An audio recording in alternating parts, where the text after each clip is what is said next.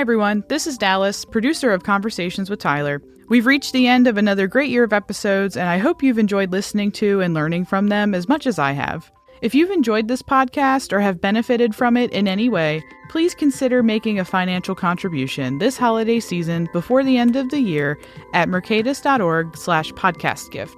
Any donation you submit will go towards the production of the show, including new episodes released every other Wednesday, live shows and more in-person interviews, free and open transcripts of every episode, enhanced with helpful links, and all the books and resources Tyler needs to prepare for these interviews. We really appreciate your support and can't wait for you to hear what we have in store for 2023. Again, if you'd like to donate before the end of the year, please visit mercatus.org/podcastgift.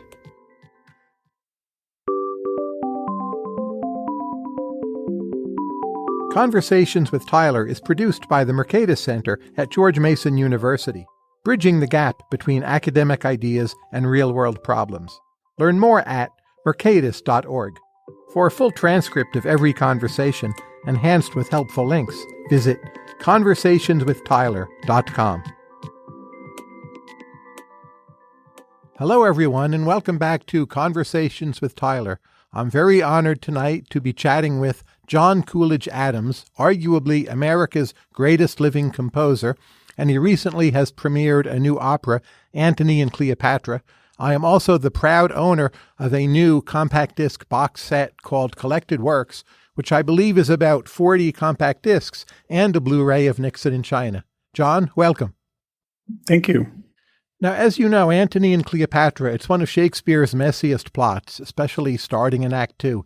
You've got, 40 characters and 42 scenes? How do you handle that operatically? Well, the first thing to do with a behemoth like that is to, shall we say, wrestle it to the ground.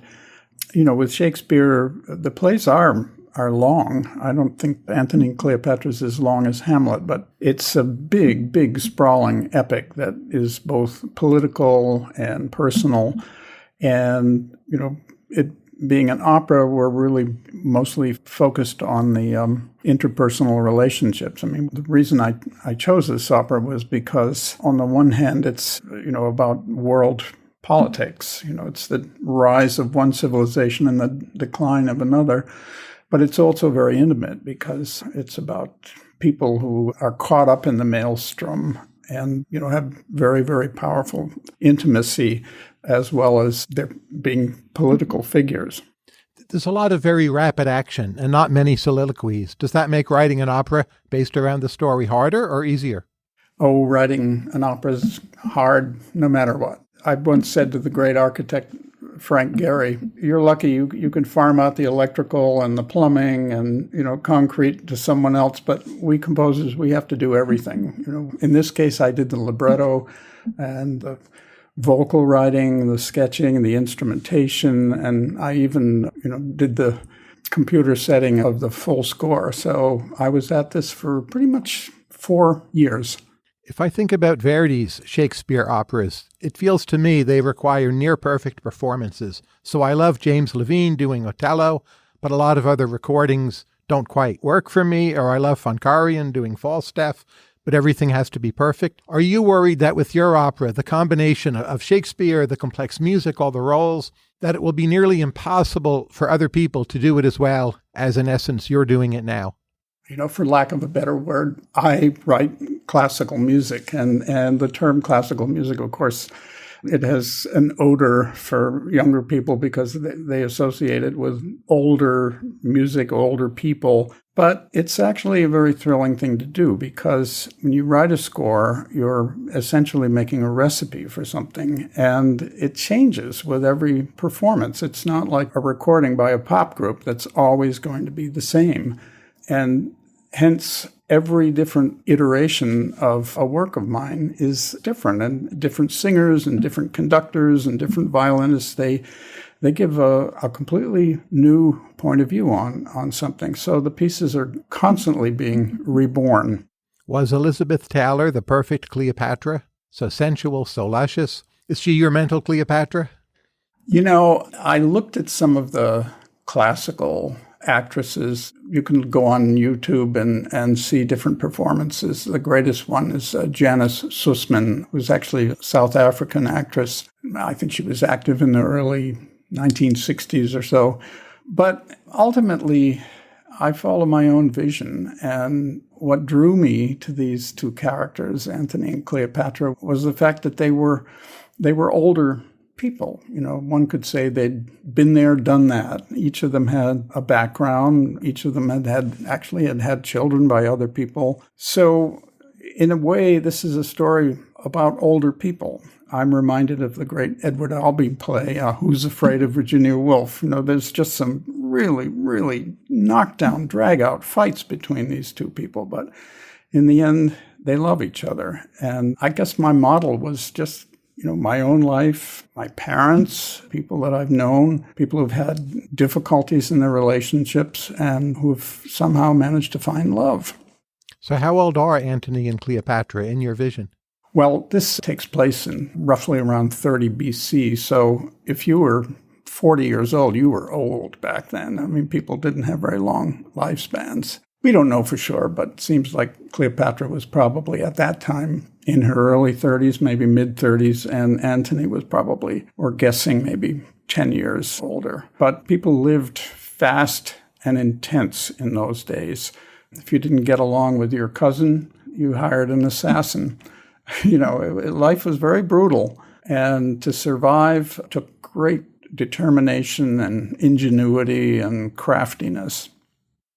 What does the opera draw from Debussy?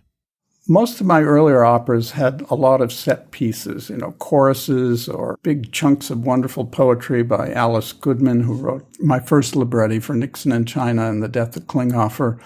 So we have in those operas real soliloquies and arias and choruses. But in this case, in the Antony and Cleopatra, I really wanted to make what I call a musical drama. And the interaction between the characters is it's quicksilver. It's really fast. It's like one of those Preston Sturges 1930s fast-moving, fast-evolving dramas. And I didn't really have a model for that in the operatic repertoire. The closest I could think of was the way Claude Debussy treated the great play Pelléas and Mélisande, which is by a Belgian playwright, Maeterlinck. And what made Debussy's opera so radical and so revolutionary was that he treated this story and kept it whole and just musicalized the text. What have you drawn from Janacek? I've been compared to Janacek, but I have to say I actually don't know his work very well, so I can't answer that question very clearly. Is there any Benjamin Britten vocal music that you truly love?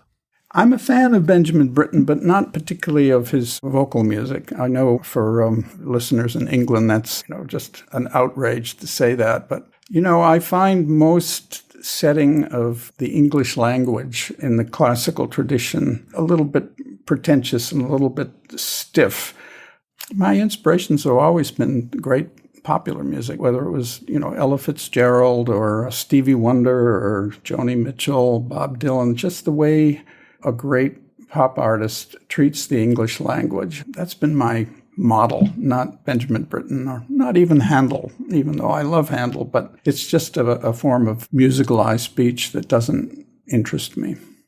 Stephen Sondheim, how well does he set texts in English? I grew up in a musical family.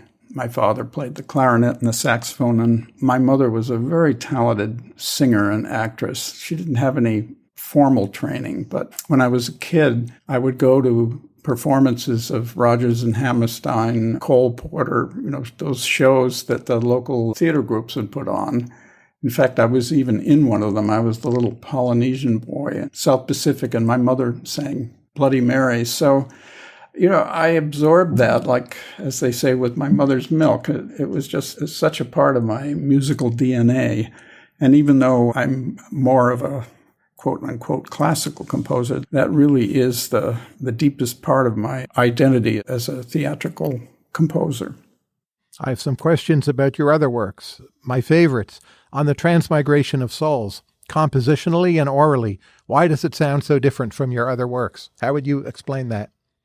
Well, I like to think that every single one of my pieces is different. I've often said the one thing I never want to do is brand myself, produce the same sort of predictable piece. And a lot of artists fall into that, especially if they're successful. So every piece of mine is but very different from its predecessor or the one that follows it. In the case of the piece that you mentioned on the transmigration of souls, this is a request from the New York Philharmonic to compose a sort of a memorial piece, which was going to be performed exactly a year after the World Trade Center attacks on September 11th. And it was not an assignment that I was terribly happy about because I had other plans and, it seemed like it was going to be a very difficult subject matter to deal with, this terrible tragedy and all these people who were killed. But I came up with the idea of what I called a memory space, where the various texts and words and phrases could float, so to speak, in musical space. And the listener would sort of enter into that space the way you might enter into, let's say, a big cathedral in Europe, and just be alone and experience your emotions and your thoughts as they unite with these musical objects. And the musical objects came from all different things. The texts that I put together came from little handmade signs that family members left around Ground Zero, hoping that they would find their loved ones. I went to a site online where people would sign in and leave a little memory card remembering someone who had died, and just a long list of the names of the people that had passed away as a result of those attacks. When something is commissioned from you, do you feel that more creativity is pulled from you, that there's a certain constraint imposed on you, and you've got to come up with something? I'm lucky enough in that I don't have to follow some prescribed request, or if there is a prescribed request, I simply don't accept it. If I want to do something, whether it's a concerto or an opera or a string quartet, or I even wrote a show once with 24 pop songs, I do that, and then I look around for somebody to commission it. The violinist Lila Josefovitz, what makes her such a perfect performer of your works? Lila is a very special person. She has immense energy, and that energy is combined with a wonderful sensitivity, a lyricism. I could say this, it sounds a little indecent, but she's the perfect package for my kind of music. She can absolutely groove, get things going in a wonderful, powerful rhythm, but she also has a very deep emotional sensitivity. She's played 4 major works of mine, one of which I composed specifically for her. And not just the regular violin, but she plays a piece of mine called the Dharma at Big Sur, which is for electric violin, an instrument with 6 strings that can sound like a regular violin, but also can sound like Jimi Hendrix rocking out. In your mind, is there a perfect version of your violin concerto? As I said earlier, every performer brings something special. If I said there was a perfect version of it, that would probably discourage anyone from taking it up. Certainly, Lila's performances and her recordings thrill me. But, the other day I received a video link of a performance by another violinist, Clara Zhang, a Korean-German violinist, playing a piece of mine that no one except Lila has to this point dared play. And that was a revelation itself. Why would Jesus have been drawn to a withered hand? You've asked that question. What's the answer? You're mentioning a very early piece of mine called Christian Zeal and Activity, which dates way back into the 1970s. That was a period of sort of avant-garde experimental music, and I found an old hymn book. I think it was a Salvation Army hymn book, and I found it in a used bookstore. And the hymns were all classified, Easter, Christ is risen, Advent, etc. And then there was a section called Christian Zeal and Activity, which I thought was a wonderful phrase. So I composed a piece, and basically what I did was to take the very popular old hymn Onward, Christian Soldiers, and I slowed it up to almost unrecognizable slowness. It was like an iceberg slowly melting. I made a recording off a Sunday morning, revivalist preacher talking about Jesus and the man with the withered hand.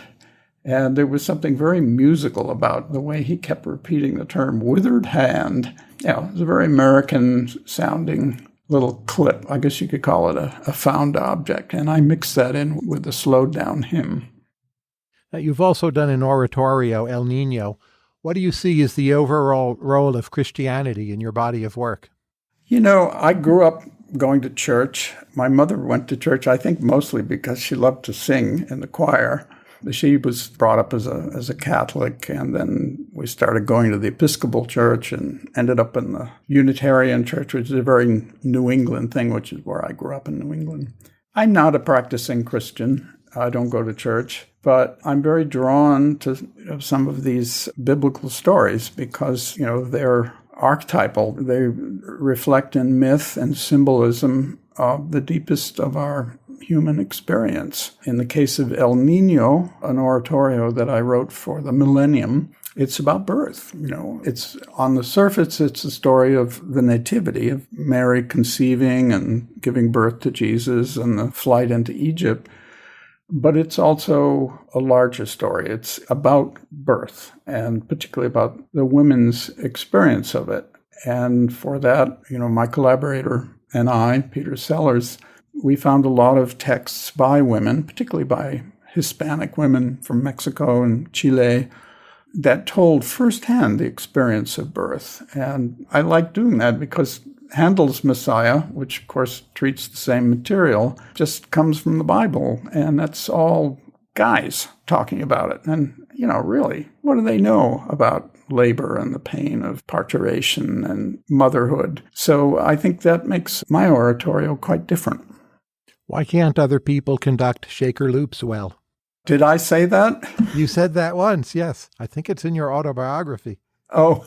Or have they learned how to conduct it since then? Oh, yes. Well, Shaker Loops is a piece for strings. And the very first version of that I wrote in a kind of experimental way where, the conductor would indicate as we went along the changes just by holding up fingers.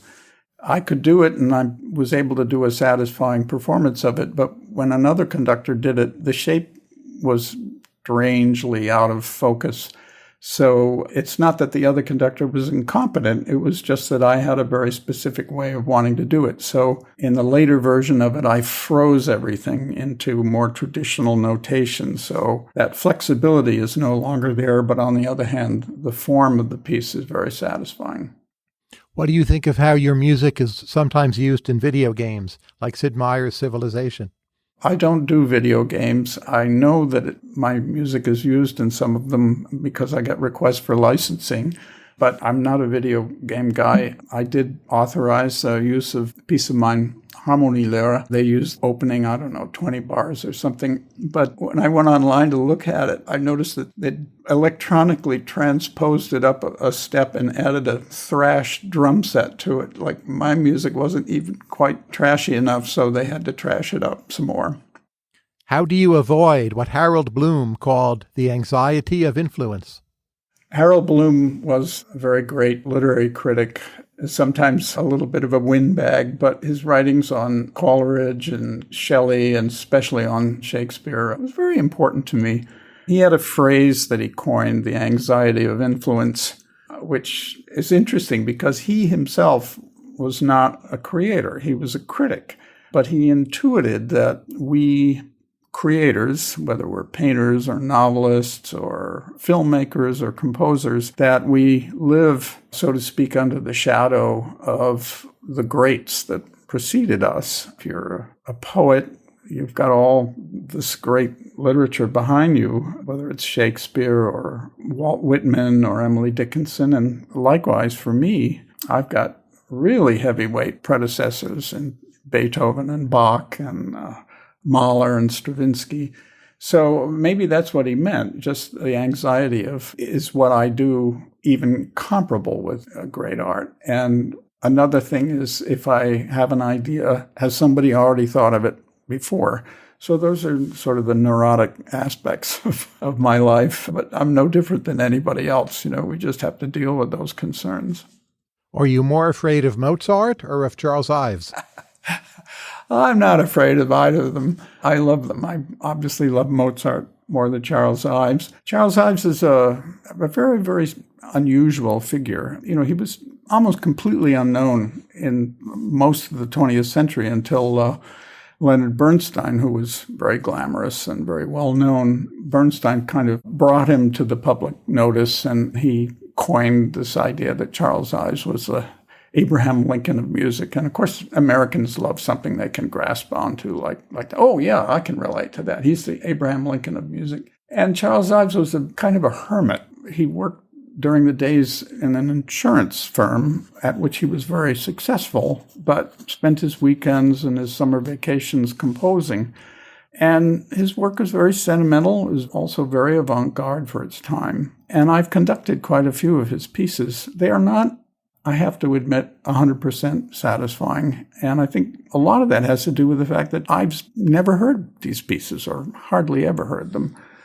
And, when you're a composer, you have to hear something and then realize, oh, that works and that doesn't. And I think the fact that Ives, maybe he was just born before his time. He was born in Connecticut in the 1870s, and America at that time it was still a very raw country and not ready for a classical experimental composer. You seem to understand everything in music, from Indian ragas to popular song, classical music, jazz. Do you ever worry that you have too many influences? When I was a kid, it was very hard to get a hold of a recording of something. In those days, there was something called the Schwann catalog of recorded music. And, I used to get it at the music store. And there might be one recording of the Mahler Sixth Symphony. That seems hard to believe these days. But, in 1965, 63, a lot of that music was very rare. And I had to send away for it and wait months. So when I got it, it was really, really special. Today, everything is available at all times. All you have to do is have a subscription to Spotify or Amazon Music or something, and you can access anything. And the same goes for books. I have a Kindle. I have too much stuff on the Kindle. Nothing is special anymore. So one has to actually make some kind of like a pact with oneself to go back to that very, very personal relationship with one work or with just a group of very valuable pieces.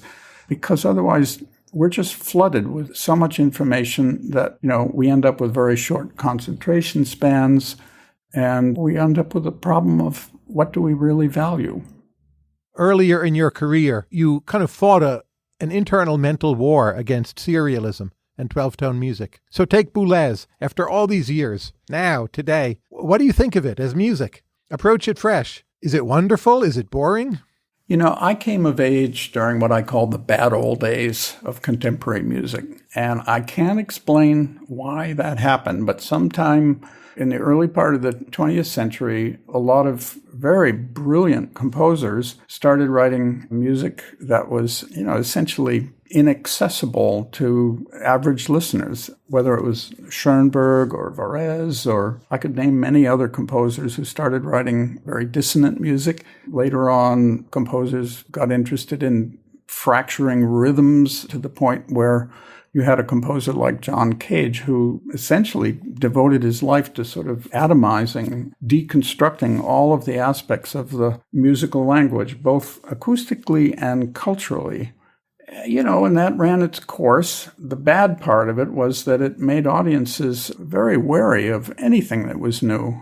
Even to this day, I'm still suffering from that because, an uninitiated listener will go to a concert and open the program and see there's a piece by John Adams. I don't know who this is. He's still living. So it's probably going to be an unpleasant experience. And, that's just something that is the result of years of very difficult, inaccessible, and very often rationally conceived contemporary music. At the same time that was happening, there was this fantastic explosion of wonderful music in the pop realm. And I had this sort of crisis in my life where I said to myself, why should I surrender, the influence that great music can have to a pop artist and have to go and write serial or 12-tone music because that's, what's required of, a contemporary composer. So I basically walked away from that, walked away from all that, surrounded me when I was in college. I had to put up with a great deal of criticism, including a lot of critics who were writing for the major newspapers and magazines, and they had come around to thinking that the only way you could write contemporary music was this same sort of very difficult, challenging, rigorous, whatever the adjectives that they love to use, bracing, all these things that. But take Boulez's Second Piano Sonata. If you put it on as listener, aren't you thrilled today in 2022? You're asking me about Pierre Boulez's Second Piano Sonata. I think it's just utterly unpleasant experience to listen to. For a while, you can be dazzled by the fact that a human being can actually play that. And there are very few human beings can do that. But, it's interesting. Boulez wrote another piece, which I think very much typifies what his attitude was. The piece is called, it's The Farthest Reach of the Fertile Territory, which is actually, it's the name of a painting by the artist Paul Klee. But, it represents a period in contemporary music where artists were just pushing the envelope as far as they could in terms of complexity, of density, of fracturing the language. It became sort of like a laboratory rather than seeing music as essentially an act of communication. What's your favorite Bob Dylan album? Well, I still like the early ones. Very fond of John Wesley Harding. In most cases, it's just individual songs.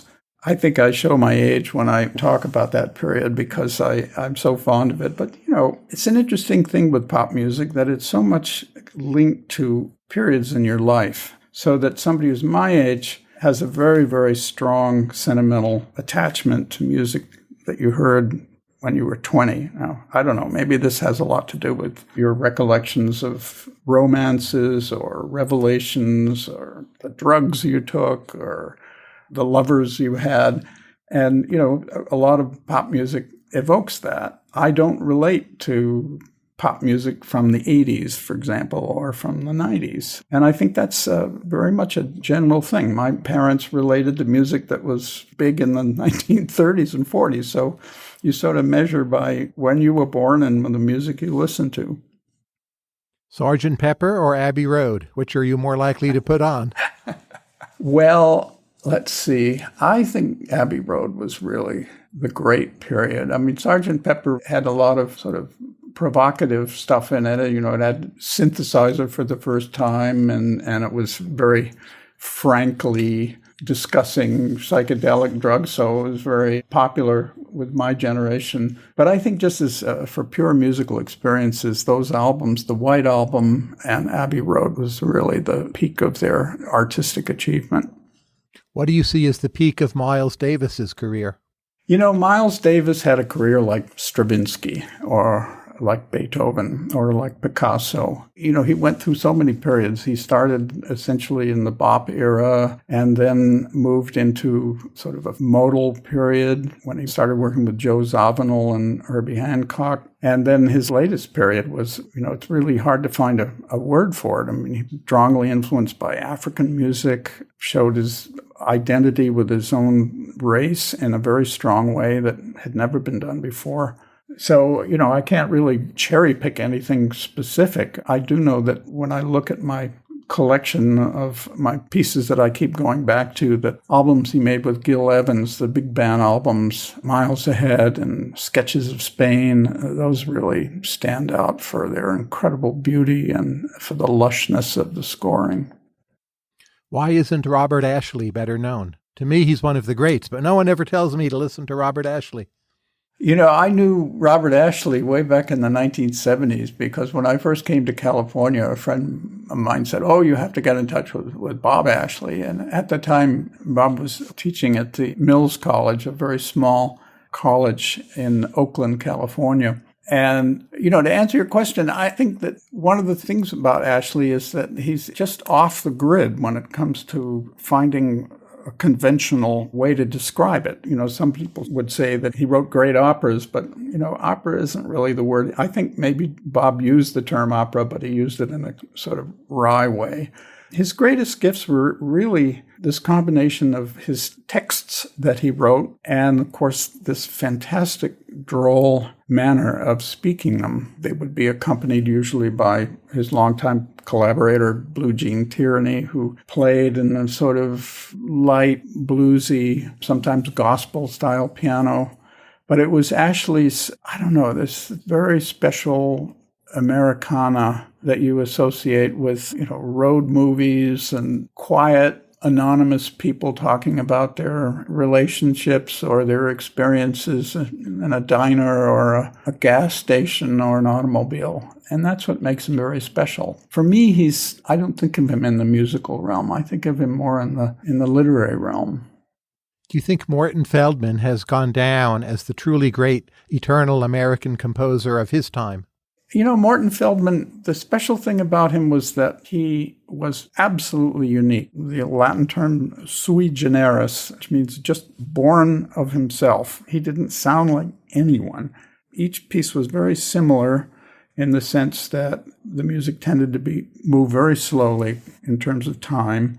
It was very delicate, very sensuous. And when you listen to a Feldman piece, a classic Feldman piece, it's like getting into a warm bath. The bath, though, is sound. It's very erotic in a very exquisite way. It's interesting because my friend Michael Tilson Thomas invited the great classical pianist Emanuel Ax to play a Feldman piece, work for piano and orchestra.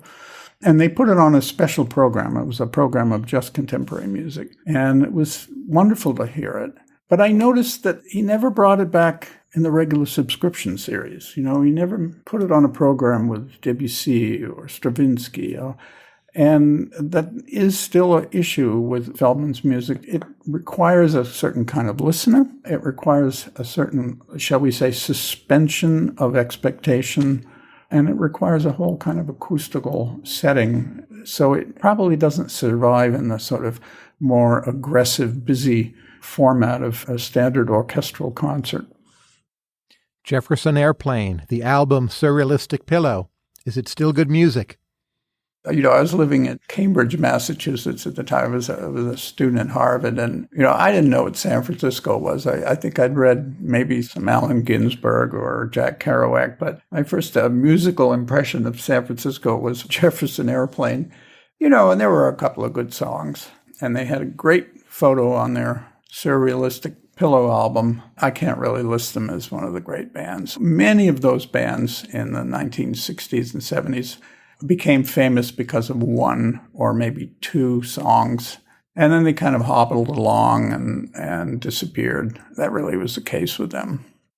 Now, you mentioned San Francisco. You first became a major orchestra conductor there, and your music has been promoted in San Francisco quite a bit. Edo Duarte.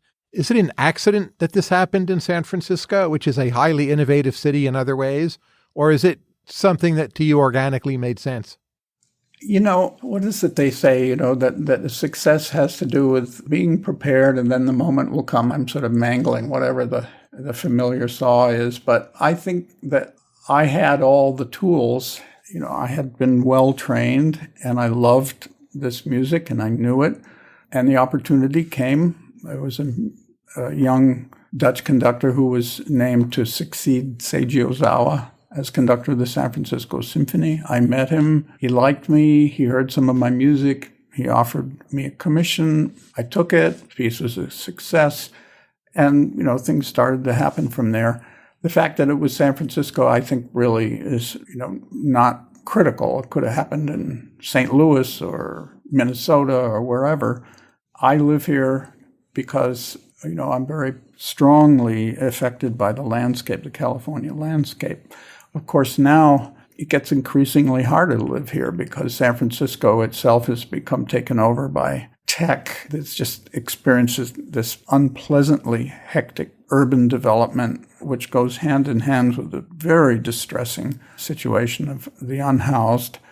And then my state, part of it's burning every summer because of climate change. So there's a mixture of delight and extreme disappointment about being a resident of California. What do you think it would take for American classical music to get a real true foothold in European concert halls? Now, you've had premieres in Europe. Maybe you're somewhat of an exception to this, but it seems that American classical music is not that significant in Europe. Well, we do live in a country where popular culture has enormous reach, and it also has enormous prestige. But with that said, I have to say that a lot of the greatest classical musicians alive are Americans. Either they're American-born, like Yo-Yo Ma, or they came here and have become Americans, like Gustavo Dudamel or Yuja Wang. Despite the fact that, we're a country that's literally controlled by popular culture, we have some of the greatest orchestras in the world, and we have very, very intelligent audiences. I keep hearing that classical music is dead or that it's dying, but then I go to concerts and I have these incredible experiences, whether I'm conducting or whether I'm just in the audience. It's always a challenge, and if you go to Europe, they have the same problems there. They have problems filling the halls. Musicians don't get paid as well as they do in this country. So I think this idea that classical music in America is a dying art, I don't buy that at all. Why don't you write more for clarinet? It was an early instrument of yours. I wanted to play the violin. I grew up in a very small town in New Hampshire, and there was a music teacher who came to our public elementary school every 2 weeks, and he could teach anything. He could teach the piccolo or the violin or the trumpet, and I wanted to learn the violin, but I was told I would have to wait until the 5th grade, and I was restless. So my dad played the clarinet, and I reluctantly agreed to have him be my teacher, and I started playing the clarinet, and I got very good very quickly.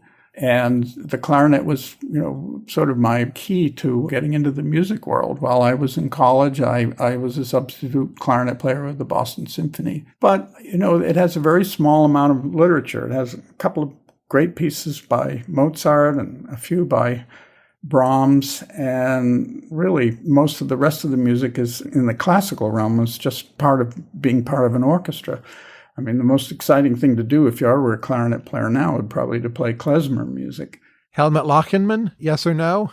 I left my clarinets in the wine cellar about 30 years ago, and they're still down there. Now, as composer of Dr. Atomic, are you looking forward to Christopher Nolan's movie Oppenheimer, or you don't care? I might watch it, but Oppenheimer has become kind of an obsession with me. I've read the 2 wonderful biographies of him that have come out in the last 10 or 15 years, and I've read them both numerous times. Oppenheimer actually lived and taught in this city where I live, Berkeley, California. And in many ways, he was a very special and mysterious human being, a great, great, brilliant scientist, but also somebody who appreciated poetry and art and music. So I have my own impression of him, and I don't know if I'm going to go to a Hollywood movie and see somebody else's imitation of Oppenheimer. I might, but I kind of doubt it. Are you much influenced by cinema when you think operatically, or not really? Like most Americans, I watch a lot of movies, mostly these days at home. There's some wonderful cable series, many of which come from Scandinavia that I like. And I'm very often asked, why don't you write for films? And the reason I don't write for films is that in order to be an effective film composer, you have to be ready to drop everything you're doing and just focus without sleep for 3 or 4 days on a project. And I have a life that, is already full of things to do. I have works that I'm commissioned and I am absolutely focused on. I have a life as a conductor. And the few films that I have written scores for, in the end, I will spend a great deal of time working to make music that fits exactly the scene. And then it comes back and the directors change the scene and put the music in another place, and ultimately it's very frustrating. So I'm not a film composer. However, there are some directors who have taken my music, pieces of mine, and put them in their film scores, particularly the Italian director Luca Guadagnino, who used music of mine in several of his films, and that's very satisfying when a sensitive director can do that. But if you hear say that Hans Zimmer did the soundtrack to Dune, are you excited you'll go to see it and hear it, or it's a peripheral interest for you? I'm almost always very frustrated by the low level of inspiration in film composing. I think that film composers market themselves and basically give directors what they want. And a lot of the taste that even the greatest directors, people like Steven Spielberg, have is just very sort of sentimental and, to me, rather tacky, which is why, most of the film score music I like comes from France or Italy, not American. These days now, a lot of films don't even have a composer. They have a music consultant. So you'll get a film, let's say a Coen Brothers film, which would be a great film, but the music comes from, all different sources, maybe 3 or 4 different pop artists or whatever. Is it intimidating to conduct Philip Glass in front of Philip Glass? I've conducted quite a few of Philip's pieces. It's not very difficult music to perform. A lot of the thrill of it is just in the connection with the audience, because Philip's music is very simple and very easy to access. So you get a nice buzz from usually a very large audience. Often when I do my own music, I won't have a full hall, but often when I do Philip's music, a lot of people will come, people who wouldn't normally go to a classical concert. I remember doing the world premiere of, I think it was his 12th or 13th symphony, I can't remember, with the Los Angeles Philharmonic. And Disney Hall was just absolutely packed each performance because Philip, he's much more known as a much wider audience. People recognize his name than any other classical composer. When you were a young man, you wrote Leonard Bernstein a letter, and he wrote you back, of all things. If you received a highly intelligent letter from a young man today, would you write him back? It depends on what the letter was. I mean, if the letter was as snotty as the one that I wrote Leonard Bernstein, I don't know if I'd write him back, but I was a freshman at college and just at the most obnoxious point in my life when, I had very strong opinions, and Leonard Bernstein, he was who he was. He had written a piece that even to this day I find a little kind of saccharine and certainly not a piece that I choose to listen to. I wrote to him and I scolded him for not being, more up to date and writing the proper kind of atonal or serial music that I thought one should do when I was 18 years old. And he wrote me back. It's amazing. He said, I have to do what I have to do. This is me. And that was a really important thing for me to hear. I may have not understood it at the time, but as I grew older, I realized, he was absolutely right. You just have to do who you are and not pretend to be somebody else or be influenced by what the supposedly proper way to make art is. Last 3 questions. First, how ambitious are you? Ambition it's not a very helpful term. I know people who are ambitious, and you can tell because when you're talking to them, you see in their eyes that they're not even listening to you. They're thinking about their next move or, what the world thinks of them. I certainly do think about what other people think of me, whether they respond to my music. I care deeply about whether my music reaches people. I would say I work hard. I do it not compulsively. I do it just because that's what I do. But I wouldn't call myself ambitious. I think, maybe there was a time in my life when I was young and I was anxious to meet people and make sure they knew about me. But I guess I'm just a little more philosophical now. I think if I have an important body of work and pieces that I've written are good, they will continue on after I'm no longer a living, breathing specimen. And that's really all I can ask for. Now, I suspect many of my podcast listeners and readers don't know your music. For an uninitiated listener, where would you recommend they start to learn John Coolidge Adams? Well, first of all, I never You have to use my send them middle somewhere. name except on my tax returns. But I think the most easy entrance point into my music is a short orchestral piece called Short Ride in a Fast Machine, which was inspired by a terrifying car ride I had in a sports car. And it's a high-energy, enjoyable piece, very popular piece of mine, gets performance almost every day somewhere in the world. 4 minutes long, and I think that's probably an easy way to get into my music, and it has a lot of John Adams in it in terms of the sort of driving pulse and colorful orchestration, and it's fun. Very last question. What will you do next? I am writing a piano concerto for an amazing young Icelandic pianist named Vikingur Olafsson. I recently wrote a piano concerto with a funny title, Must the Devil Have All the Good Tunes? And he and I have been performing it around the world. And I was so thrilled by his playing that I decided I was going to write a special piece for him.